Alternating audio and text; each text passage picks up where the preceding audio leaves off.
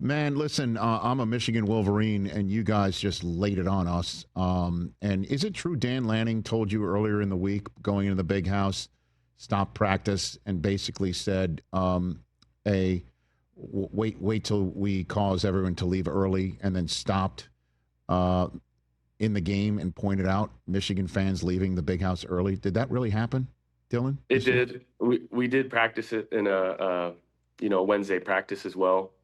Before our third down period, he played a little music and told us to look in the stands. And granted, we're on our practice field, so we're looking at nothing, but you're envisioning something. And it's crazy. He called it out, so I give him credit. That dude called it before it happened, and it actually happened. So it was a lot of fun. So I'm sorry that it was Michigan, but Dillon, you don't mean that. They had it the year prior. Nice. See, that's another comparison to Tua. You're too nice. So listen, you don't have to say that. But did he played Mr. Brightside, which is the song Michigan plays between third and fourth quarters? Did he play the actual song that Michigan plays, Dillon? Yes, we tried to play every song that the opponent had for the week. Of course, we did the jump around with Wisconsin, definitely with Michigan, but we've done it with other teams as well to just get ourselves immersed in that environment prior to going into it. And I was just saying that, I mean, when a coach says this is the way it's going to be, and then it turns out to be that way, I mean, that's when he's really got you, right? Like as a team, and just you're going to listen to him. I imagine, 100%. Right? Like that's it, right there. 100%. I think he just understands, this younger generation. Granted, he is younger, but he just understands where this thing's going, and I give him a lot of props. He's probably the closest I've got to an NFL environment. And you appreciate it. Just the ownership as players, and just the demand and consistent, challenging us day in and day out. And I think that's, honestly got me prepared for what I'm about to walk into. So he's a guy I'm very thankful for. Has seen a bunch of guys who've played in the league and has coached them. So excited to be a part of that. What do you think you're about to? What do you think you're about to walk into? What do you think? The best league, the tip of the top, and what you want to be a part of. And you just, you dream of it, and my family and I have been talking about it a bunch, but the dream's just starting, and I look forward to what's to come. But this, as a competitor, you look forward to, you want to walk into, the best league and see what you're about, and continue to respond, because there's no better feeling than when you walk out there and you get that rush. Well, if you don't mind me prying, what are you and your family talking about this moment?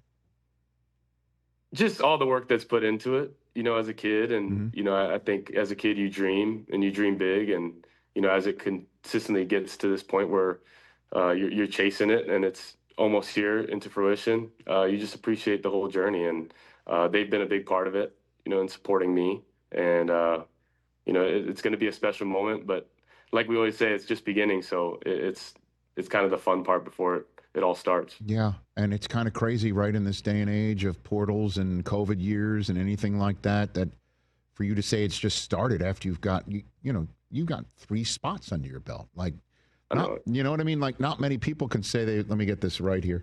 Not many people can say that they've played in the Gasparilla Bowl, Boca Raton Bowl, Cheez-It Bowl, and the Rose Bowl. You know what I mean? Like that usually isn't something that's on your resume. And back when I started talking about this sort of stuff, 20 some odd years ago with NFL Network, anybody that stopped in 2-3 different spots, that was a problem.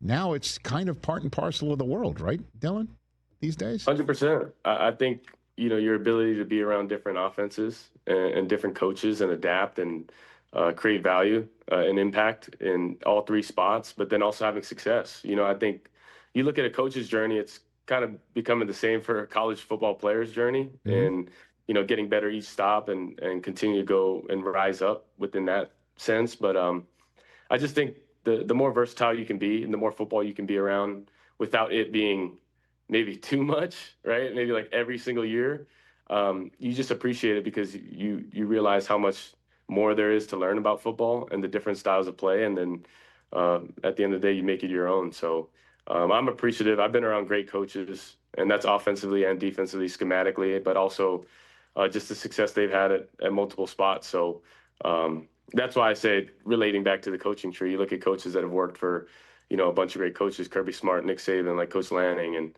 Coach Venables, who's, been a great defensive coach, and then Coach Hype, offensively, just creating a new lane for what's to happen. So I've been around a bunch of great coaches that, have really made me who I am.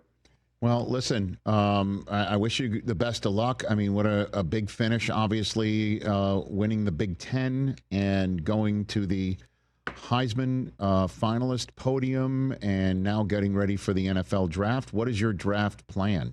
What do you got for me there, Dillon? Yeah, it's pretty simple. We'll take the phone call at my childhood home with just immediate family.